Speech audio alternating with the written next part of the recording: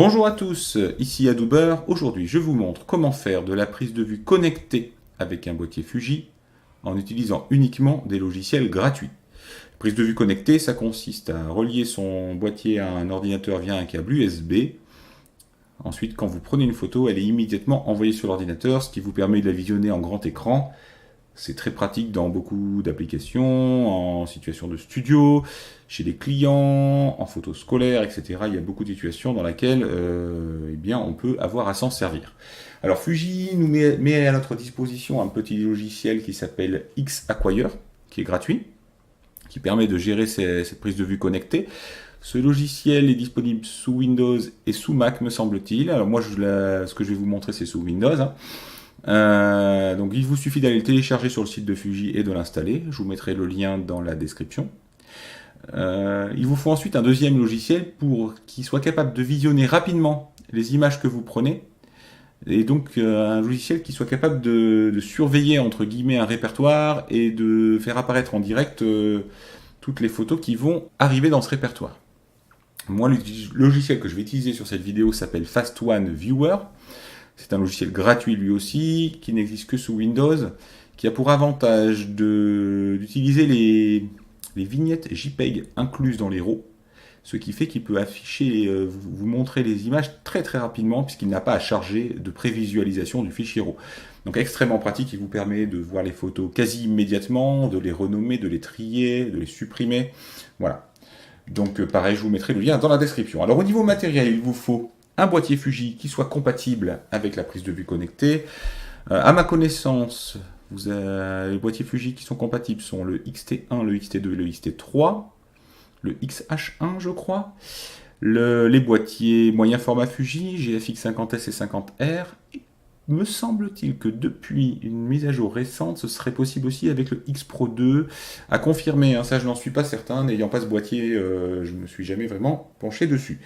Il vous faut un câble USB compatible avec votre boîtier. Si vous avez comme moi un Fuji X-T2, je vous conseille vivement un câble USB 3, les transferts seront plus rapides.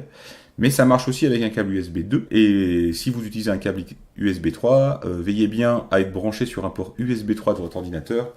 On les reconnaît facilement, ce sont les ports USB qui sont bleus. Ensuite, donc vous avez votre boîtier, vous avez le câble, vous avez l'ordinateur. Il y a une petite configuration à faire sur le boîtier, sur les boîtiers Fuji. Je vous montre ça tout de suite. Une fois que vous avez allumé votre XT2, vous allez dans le menu, vous allez sur la clé à molette, vous descendez sur paramètres de connexion, puis mode connexion PC.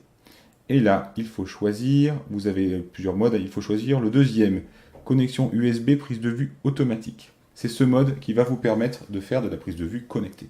Une fois que c'est bon, vous branchez le câble USB sur votre boîtier Fuji, en ne faisant pas n'importe quoi. Voilà. Puis, vous lancez le logiciel X-Acquire. Hop. Alors ce logiciel ne fait pas apparaître de fenêtre, c'est un peu déroutant au début. Il se met en fait uniquement dans la zone de notification de Windows. Donc moi, ma zone de notification est en haut. Vous voyez ici, j'ai l'icône X-Acquire. Si je clique dessus, on voit que j'ai quelques options. Je peux spécifier un dossier de destination. Alors ça c'est important, c'est vous lui dites où vont aller les images que vous prenez. Donc j'ai créé un dossier, dans mon dossier images, j'ai créé un répertoire qui s'appelle mode connecté, et dedans un répertoire avec la date d'aujourd'hui, là, 6 novembre 2018, voilà. Donc je lui dis, je veux que les images aillent là-dedans. Ensuite, deuxième option, montrer la fenêtre. Oui, vous pouvez afficher une fenêtre qui vous montre les réglages, en fait, qui sont sur votre boîtier. Bon, là, en ce qui me concerne, ça ne m'intéresse pas tout de suite. Vous avez aussi une option préférence. Alors ça, c'est intéressant. Vous pouvez choisir quel type de fichiers vont être sauvegardés sur la carte SD et lesquels vont être envoyés sur l'ordinateur. Là, par exemple, dans ma configuration, j'ai le fichier RAW qui est gardé sur la carte SD et le fichier RAW uniquement qui est envoyé sur l'ordinateur. Je pourrais me demander de n'avoir que le JPEG ou inversement que le JPEG sur la carte SD. Voilà. Là, moi, je veux uniquement le RAW dans les deux cas. Alors, ça, rechercher caméra, normalement, il la trouve automatiquement, votre boîtier. Hein. Moi, j'ai jamais rien eu à faire là-dedans. Il m'a toujours détecté mes boîtiers sans problème. Voilà. Est-ce qu'il y a d'autres options qui pourraient être intéressantes? Ah, vous avez aussi, je vous en prête peut-être une autre fois, vous pouvez faire une sauvegarde des réglages de votre appareil photo. Sauvegarde dans un petit fichier, puis les restaurer. Ça peut être utile si vous avez comme moi deux boîtiers identiques. J'ai deux XT2. J'ai entièrement paramétré mon premier boîtier, j'ai sauvegardé les réglages, puis j'ai branché le second boîtier et je lui ai demandé de restaurer les réglages et j'avais deux boîtiers paramétrés à l'identique. Donc ça gagne pas mal de temps. Alors, maintenant qu'on a notre Fuji X Acquire qui est paramétré pour envoyer les photos au bon endroit, on va lancer Fast One Viewer. Donc Fast One Viewer, ça se présente comme ceci. Vous allez dans le répertoire où vous lui avez demandé de stocker les photos. Donc moi c'est mode connecté et la date d'aujourd'hui.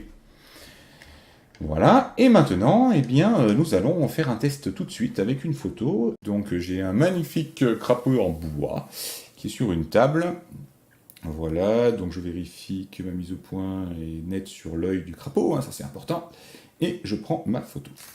Alors, qu'est-ce qui se passe sur l'ordinateur? On voit que, immédiatement, Fast One fait apparaître le fichier RAW. Si je double-clique dessus, je peux le voir en grand, vérifier est-ce qu'il est net, est-ce qu'il est bien exposé. Donc Fast One, si je laisse cliquer, ça fait un léger zoom qui me permet de mieux voir la netteté. Voilà, là je le trouve un peu sombre. Donc je vais revenir sur mon boîtier Fuji. Je vais, par exemple, monter un peu les ISO. Allez, je suis à 1000 ISO, je vais monter à 1600, ça a l'air pas mal. Je vais revérifier ma netteté qui était peut-être pas parfaitement sur l'œil et utiliser ma petite bague de mise au point manuelle. Voilà, et je déclenche. Et là, normalement, voilà, la deuxième image apparaît à côté. Là, l'exposition me convient mieux. Vous voyez, je passe très vite d'une image à l'autre, hein, c'est extrêmement fluide et rapide. Pour renommer une photo, j'ai juste à appuyer sur F2, je peux la renommer, je peux créer des répertoires. Par exemple, je crée un répertoire sélection dans lequel je vais mettre les photos que je garde, j'ai juste à faire glisser, voilà, et elle est dedans. C'est extrêmement intuitif. Donc voilà, si vous voulez faire de la prise de vue connectée sans débourser un centime hormis votre matériel, vous pouvez utiliser ces deux logiciels. La méthode est extrêmement simple. Je vous souhaite à tous une bonne journée, une bonne soirée, une bonne nuit. À bientôt, au revoir.